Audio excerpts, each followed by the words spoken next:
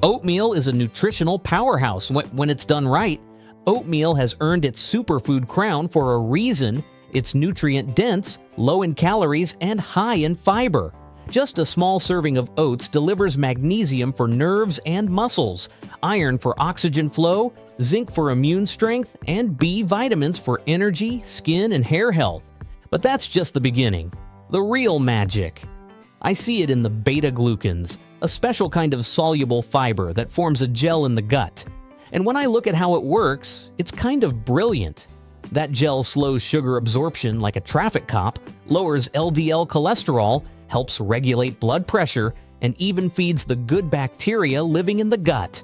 And then there are the rare antioxidants, avenanthramides, that fight inflammation, improve blood flow, and protect cells from aging. These compounds aren't just perks. From what I've observed, they're more like essential tools for living longer and better.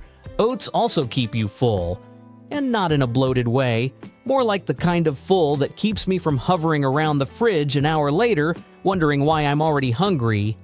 So yes, oatmeal can absolutely be a breakfast superhero. But here's where things go sideways. These are 10 biggest oatmeal mistakes that seniors, yes, even the health-conscious ones, make every morning without even realizing it. Mistake number 1, drowning oatmeal in sugar. This is the classic trap. A spoonful of brown sugar here, a drizzle of maple syrup there, maybe some flavored creamer on the side. You might even toss in a handful of sweetened dried fruit thinking, it's just fruit. How bad can it be? But the problem is, all of those little choices add up. And suddenly your healthy oatmeal has become a blood sugar bomb. Here's what that looks like from the inside. That sweetened bowl hits your system fast. Your blood sugar shoots up. You feel good for a moment, then crash. Now you're foggy, tired, and reaching for something else to eat by mid-morning. That's how one innocent bowl of oatmeal starts a chain reaction of overeating, energy dips, and inflammation. Over time, this daily sugar hit trains your body to tolerate high sugar levels, which increases the risk of insulin resistance, belly fat, type 2 diabetes, and even heart disease. So what's the fix? Let nature do the sweetening. Add sliced bananas, diced apples, or a few fresh berries. For flavor, cinnamon and vanilla extract go a long way. These natural options give you richness and depth without wrecking your metabolism. Mistake number 2, using pre-flavored instant oatmeal packets. Now this one hit me hard because I used to think those apple cinnamon instant packets were genius. Fast, easy, tasty. What's not to love? Turns out a lot. I looked closer and most of those flavored oatmeal packets pack 15 to 20 grams of refined sugar per serving. That's basically 5 teaspoons of sugar before I've even had my second sip of coffee. And on top of that, a mix of preservatives, artificial flavors, hydrogenated oils, and sodium. It's a breakfast trap dressed up as something wholesome. What surprised me more was how sneaky the damage can be. It doesn't always show up with a crash or a stomach ache. It builds slowly. I started noticing mid-morning mood swings, hunger pangs that felt way too strong, and this weird reliance on caffeine just to stay upright.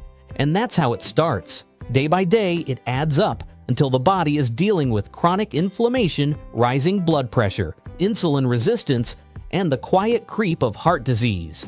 The fix? It's way simpler than I thought. Ditch the packets and go back to basics. Plain rolled oats or steel-cut oats, and for flavor, I make it mine. A ripe banana, a dash of cinnamon, maybe some crushed walnuts.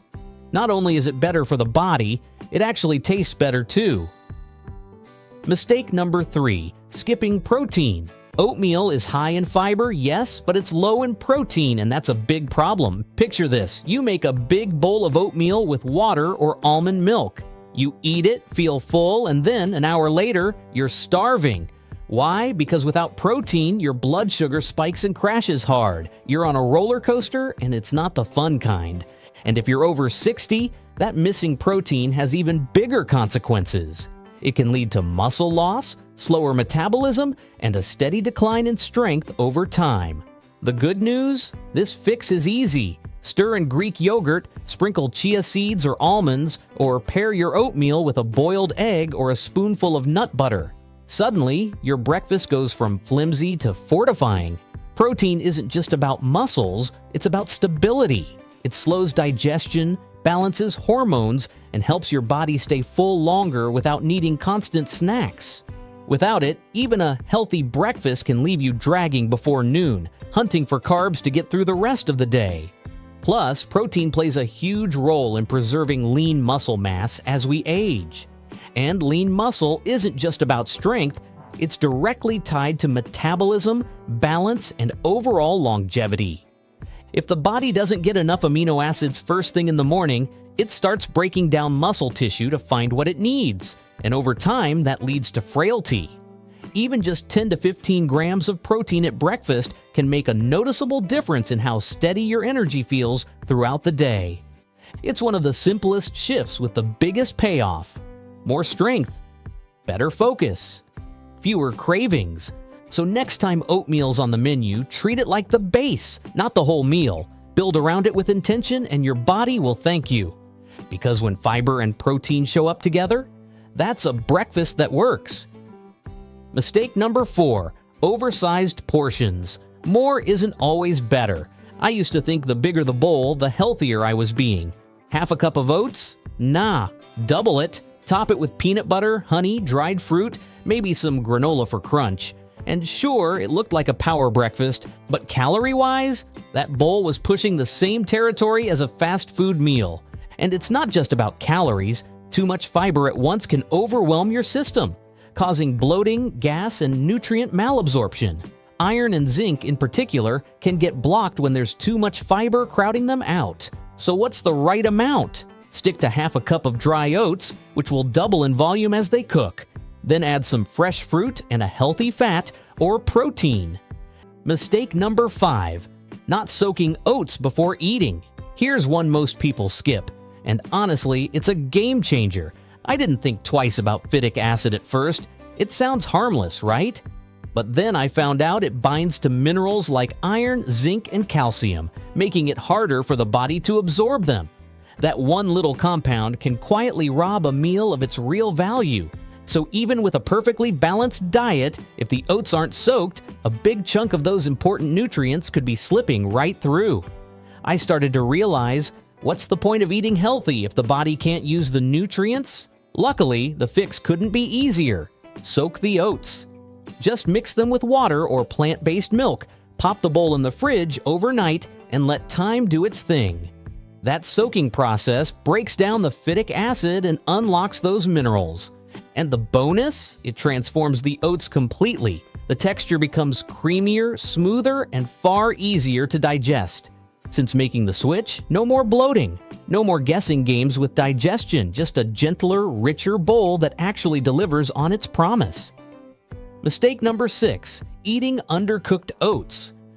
This one used to fly right under my radar because undercooked oats can look done. I'd see steam rising from the bowl, smell that warm, nutty aroma, and think, perfect, breakfast is ready. But one bite in, chewy, tough, and later, bloating, discomfort, and a strange fog that stuck around all morning. I didn't realize at first just how important proper cooking is when it comes to oats. It's not just about softening the grains so they're pleasant to eat, it's about unlocking what's inside them. See, oats are packed with a special type of soluble fiber called beta-glucan. That's the good stuff. It helps lower LDL cholesterol, balances blood sugar, and supports gut health. But here's the catch. Beta-glucan needs heat and moisture to activate. If I don't give it enough time, it stays locked in a structure my body can't break down. What I've learned is that undercooked oats are a little deceptive. They may feel warm, even smell toasty, but that doesn't mean they're ready. When I rush things and dig into a bowl too soon, I'm not just missing out on taste, I'm missing out on the benefits that made me choose oatmeal in the first place. I also found out the hard way that raw or half-cooked oats can irritate the gut lining. That familiar discomfort? It wasn't because oats don't agree with me. It was because I didn't cook them long enough for my digestive system to handle them. Undercooked oats can block the absorption of key minerals like iron, zinc, and magnesium. That means even if I'm eating a nutritious bowl every morning, I might not actually be absorbing all the nutrients I think I am. And for someone trying to stay strong, focused, and energetic throughout the day, that's a big problem. So I started paying more attention. Now I let rolled oats simmer on the stove for a good 5 to 7 minutes. I watch the grains swell, soften, and release that creamy texture that tells me they're ready. For steel-cut oats, I give it even longer. And if I'm using a microwave, I pause every 30 seconds to stir and add a little extra water. No more dry edges or raw clumps. I've noticed a huge difference. No more morning bloat. No more random hunger attacks an hour later. Just steady energy, better digestion, and a satisfying meal that actually feels like it's doing something good for me. And honestly, it tastes better. That velvety, spoon-coating texture? It's not just a culinary bonus, it's a sign that I've done it right. The oats are now working with my body, not against it. It's funny how something so small, like cooking oats just a bit longer, can make such a massive difference. Especially as I've gotten older, digestion isn't what it used to be. My gut feels the difference between almost done and properly prepared. And now that I know what to look for, I never settle for chewy raw bits again.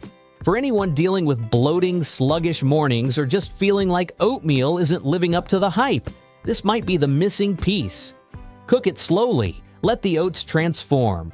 That's when they shine, because if I'm going to sit down to a meal that's supposed to support my heart, fuel my brain, and take care of my gut, I want to make sure every spoonful is actually doing all of that. And with properly cooked oats, it finally is.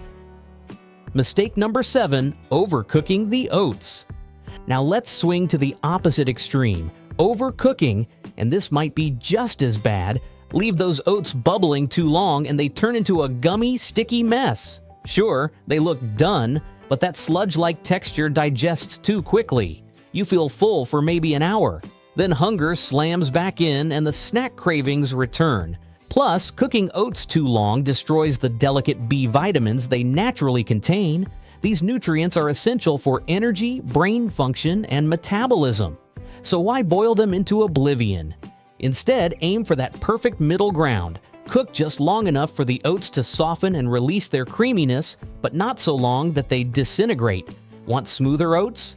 Try instant oats instead of torching your rolled oats into paste. There's this false sense of security people get when they see their oats thickening up. It feels like a job well done, but more often than not, that sticky texture isn't a sign of success. It's a red flag. Overcooked oats may seem hearty, but they digest fast, and that fast digestion means your blood sugar rises quickly, only to crash hard soon after. That's when the mid-morning hunger hits like a truck and leaves you reaching for a muffin or a sugary snack. And don't be fooled. Just because something feels heavy doesn't mean it's satisfying. That gummy texture is tough to enjoy, and it often masks the fact that the oats lost half their nutritional punch while bubbling on the stove. Those B vitamins, especially B1, thiamine, and B5, pantothenic acid, are heat sensitive. They support everything from nerve function to mental clarity. When you overcook oats, you're not just softening them, you're stripping away the very nutrients that make them special in the first place. Overcooked oats also tend to feel stuck in your gut. You eat, but it doesn't feel light. It doesn't feel nourishing, it just feels like a brick. And nobody wants to start the day with a belly full of edible cement. It's like pasta. Cook it too long and it turns into mush. Same with oats. You want that sweet spot where it's creamy, but still has a gentle chew. The texture isn't just about mouthfeel either. When oats are cooked just right, they take longer to digest.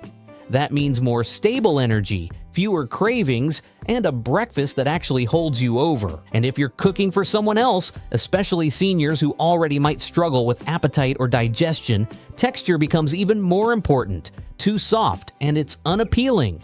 Too thick and it's uncomfortable. But that middle ground texture, it makes every spoonful feel just right. One trick is to keep an eye on the water level. When the oats have absorbed most of the liquid but still glide around easily in the pot, that's usually your sign to turn off the heat. Also, oats keep cooking after you turn off the burner. Letting them sit for a minute or two before serving lets the texture settle without pushing them into overcooked territory. Some people use a timer or follow the box instructions exactly, but really, your eyes and your spoon are your best tools. If it looks like paste, you've gone too far. If it looks like silky porridge with some shape left, you nailed it. And if you're aiming for a softer texture for dental reasons or personal preference, that's totally fine. Just use instant oats instead of overboiling rolled oats. They're designed to be soft without needing long cook times. Over time, your body gets used to a certain kind of fuel, and if that fuel is constantly mushy, fast-digesting carbs, you start noticing more crashes, more fatigue, and more cravings that just won't quit. So the goal is simple. Cook gently, watch closely, and aim for creamy, not clumpy, because oatmeal should feel like a warm hug, not a nap-inducing paste. Mistake number 8, cooking oats in milk from the start. This one genuinely caught me off guard because cooking oats in milk just sounds so right, doesn't it? I mean, milk is creamy, full of nutrients, and cozy by nature. It feels like the perfect partner for oats. So for the longest time, I did what a lot of people do. I poured the milk straight into the pot, added the oats, and let it bubble away. But here's the twist. I started noticing that my oatmeal always turned out kind of off. Too thick, a bit heavy. And instead of feeling energized afterward, I felt like I needed to lie down and take a nap. That wasn't the kind of start to my day I was aiming for. Turns out something sneaky was going on in that pot. See, when milk is cooked at high heat, its proteins start to denature. That's a fancy way of saying they unravel and lose their natural shape. And when those unstable proteins meet the starches from the oats, they form a sticky, glue-like mess. It doesn't just look unappetizing, it feels heavy, both in your mouth and in your stomach. It surprised me how much that small shift in cooking method was sabotaging the whole bowl. And then there's the nutrients. A lot of people, including me, use milk because it's rich in calcium, vitamin D, and protein. But here's the kicker, those nutrients are incredibly sensitive to heat. So when I was cooking milk and oats together, especially over high heat, I was basically boiling away some of the very vitamins I was trying to get in the first place. Same goes for the oats. B vitamins? Fragile. The longer they're exposed to intense heat, the less of them make it into my body. So I was essentially spending time and money on a meal that looked nutritious, but wasn't delivering all the good stuff I thought it was. Now, I've totally changed the way I prep oatmeal. I start with water, plain and simple. It's neutral, gentle, and allows the oats to cook without triggering a chemical battle. I let them simmer low and slow until they're soft and creamy, exactly how I want them. Then, after the oats are fully cooked, that's when I stir in the milk. Whether it's regular dairy, almond milk, oat milk, or even coconut milk, adding it at the end keeps everything silky and smooth. The nutrients stay intact, the texture stays light, and the flavor becomes this mellow, comforting balance of warm oats and creamy finish. Sometimes I go a step further and stir in a spoonful of Greek yogurt instead. It adds protein, probiotics, and a subtle tang that just works. And best of all, I'm not blasting those beneficial bacteria with heat, so I actually get the digestive perks they promise. If I want something sweeter, I might swirl in a bit of coconut milk at the end. It adds this tropical hint without overpowering the oats. The flexibility of adding milk after cooking opens up so many flavor options that just don't work when milk gets scorched on the stove. I've even noticed that this switch has helped with blood sugar too. Cooking oats and milk together, especially at high heat, can break down the starches faster, leading to quicker spikes. But when I cook oats in water and add milk later, the digestion feels more stable. No more sudden energy crashes mid-morning. And here's the thing, I didn't realize how much I was missing until I made this change. Once I experienced that creamy yet light texture, that balanced flavor, and the fact that my oatmeal was actually easier to digest, I couldn't go back. So yeah, it might feel traditional to cook oats in milk, but I've learned that letting water handle the heavy lifting and saving the milk for the finishing touch makes all the difference. It's not just about how it tastes, it's how it makes me feel after. Light, nourished, and ready for the day. And for me, that's the oatmeal I was always hoping for. Mistake number 9, skipping salt altogether. You've probably heard it 1,000 times. Cut the salt. And yeah, I get it. Too much sodium can spike blood pressure and mess with your heart.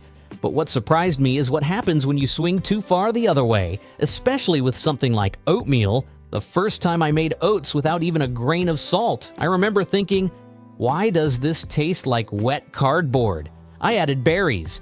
I drizzled honey. I even threw in almonds for crunch. Still, something was missing. It wasn't about the toppings, it was the base. The oats themselves just didn't come alive. That's when I learned what salt really does. It's not just about saltiness. It wakes up the flavor. It balances sweetness. It makes oatmeal taste like something. And here's the sneaky part. When the oats taste flat, most people, including me at one point, start piling on sugar to fix it. A little more honey here, a few more raisins there. Before you know it, that so-called healthy bowl turns into a sugar trap. Blood sugar spikes, cravings come back quicker, and you're on that all-too-familiar energy roller coaster. The truth is, salt isn't the enemy when used wisely. Our bodies actually need sodium. It helps nerves fire properly, muscles contract, and fluids stay balanced. Especially as we get older, too little salt can throw things off more than people realize. I remember reading that even chefs, the best of the best, don't skip salt. They don't drown dishes in it either. They just add a touch at the right moment to make everything else shine. That stuck with me, because when you add salt at the beginning of cooking your oats, something magical happens. It dissolves properly, seeps into every grain, and pulls the whole bowl together. Dumping it in at the end doesn't cut it. That's how you end up with random salty bites and no real flavor. And no, it doesn't take much. A quarter of a teaspoon in a pot of oats? That's plenty. You won't taste saltiness, you'll taste balance. The kind that makes you go, oh wow, this is actually good, even before the toppings hit. There's another layer to this too. When food tastes good, like genuinely satisfying, you don't crave more afterward. Your brain registers it as done. That means fewer mid-morning snack attacks or late-day sugar crashes. It's not just about eating less, it's about feeling satisfied without relying on sweeteners to get you there. And let's talk about how salt amplifies everything else.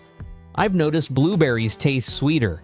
Cinnamon pops more. Even a handful of chopped walnuts suddenly feels like a gourmet touch. The salt doesn't compete, it supports. It brings everything together into one unified, crave-worthy bite. For seniors especially, taste buds often dull with age. Food that once sparked joy might now taste muted. That's where a pinch of salt can make a world of difference.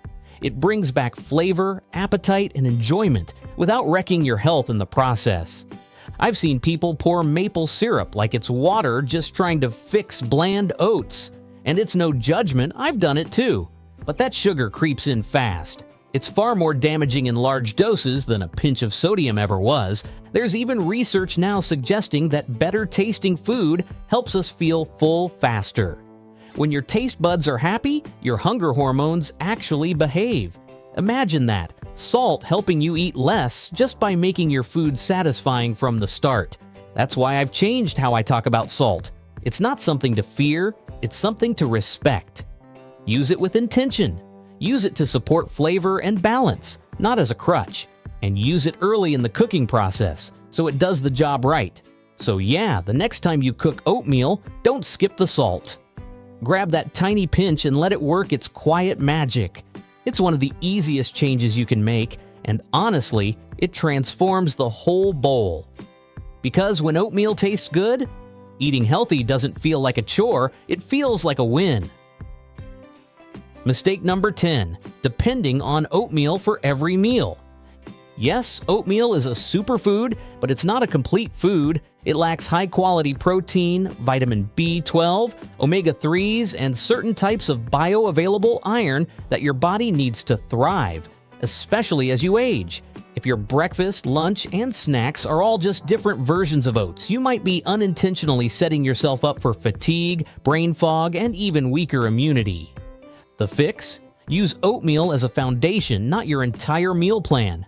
Balance it out by mixing in nuts for healthy fats, Greek yogurt or boiled eggs for protein, and fresh fruits for antioxidants and vitamin C. And beyond breakfast, make sure your overall diet includes things like leafy greens, fatty fish, beans, eggs, and lean meats. Oatmeal is powerful, but it's just one brick in the house. True strength comes from variety. So while that creamy bowl of oats might feel like a comforting go-to, relying on it every day without switching things up can quietly nudge your body toward imbalance. Think of it like listening to the same song on repeat. Nice at first, but eventually your system starts craving something new. The human body thrives on rotation. It's not just about eating healthy food. It's about eating a variety of healthy foods. That's how you keep your metabolism sharp, your gut microbiome diverse, and your nutrient intake well-rounded. Some seniors fall into the oatmeal trap because it's easy, soft, and doesn't upset the stomach. There are other equally gentle options out there, like eggs with sautéed spinach, a smoothie with avocado and berries, or even a warm bowl of lentil soup for breakfast. Over time, a single food routine can create blind spots in your nutrition. You might be hitting your fiber goals, but falling short on omega-3s, or getting enough magnesium, but missing out on iron that's actually absorbable.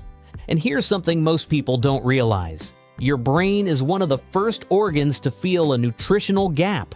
That mid-morning fog, those word-finding struggles, or even sudden mood shifts. Sometimes they trace back to nothing more than a nutrient that's been MIA for too long.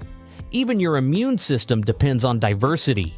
Zinc, selenium, vitamin D, B12, they don't all live in oats. They come from seafood, mushrooms, eggs, poultry, and yes, even that handful of pumpkin seeds or Brazil nuts. If everything you eat has the same flavor, texture, and base ingredient, you're probably not giving your body the mix it truly needs to stay resilient. Try thinking of oatmeal like a canvas. On its own, it's plain beige, but when you layer it with colors, berries, nuts, yogurt, chia seeds, you start creating something complete, something that doesn't just fill you up, but fills in nutritional gaps too. And if breakfast is always oats, challenge yourself at lunch. Could you add sardines to a salad for omega-3s? What about tossing black beans into a soup for iron and fiber? These aren't complicated changes, they're just intentional ones. I've seen it firsthand. Aging gracefully doesn't come from chasing the latest superfood, it comes from building super habits. Tiny, smart routines that stack up over time until one day they quietly reshape how you feel. When the body gets what it's really asking for, nutrients, balance, consistency, it starts responding. Your thoughts get sharper, digestion flows more smoothly, energy levels stay steady, even sleep feels deeper and more restorative. And honestly, variety makes the journey so much better. I've watched people burn out from eating the same oatmeal breakfast every single day, but the moment they switch it up, even just once a week, it's like food becomes exciting again. It's not just about nutrients, it's about joy, about putting color, texture, and flavor back on the plate. Oatmeal can be part of that. It can be the dependable base, but it shouldn't be the whole story, because progress doesn't require perfection. It just takes purpose. Even one small change at breakfast, that's how momentum starts. That's how health transforms, quietly, consistently, and in the most rewarding way possible. Oatmeal has the potential to be one of the most powerful breakfasts out there. It fuels your body, supports your heart, keeps your digestion moving, and helps manage blood sugar. But only if you avoid the traps. Too much sugar, not enough protein, the wrong liquid, the wrong cooking method. These aren't just small mistakes. They're daily habits that quietly chip away at your health over time. But here's the hopeful part. Every single one of these mistakes is fixable. By making a few smart swaps, like soaking oats overnight, adding a protein source, keeping portions in check, and ditching flavored packets, you can unlock oatmeal's full potential. And suddenly, your breakfast isn't just a meal. It's a daily investment in your energy, your strength, your heart, and your long-term wellness. If this helped shine a light on a few hidden mistakes, go ahead and subscribe for more science-backed health tips made especially for adults over 50. And in the comments, share how you usually prepare your oatmeal. What changes will you try starting tomorrow? Because sometimes the smallest tweaks to your breakfast can create the biggest shifts in your day. and your life. See you in the next one.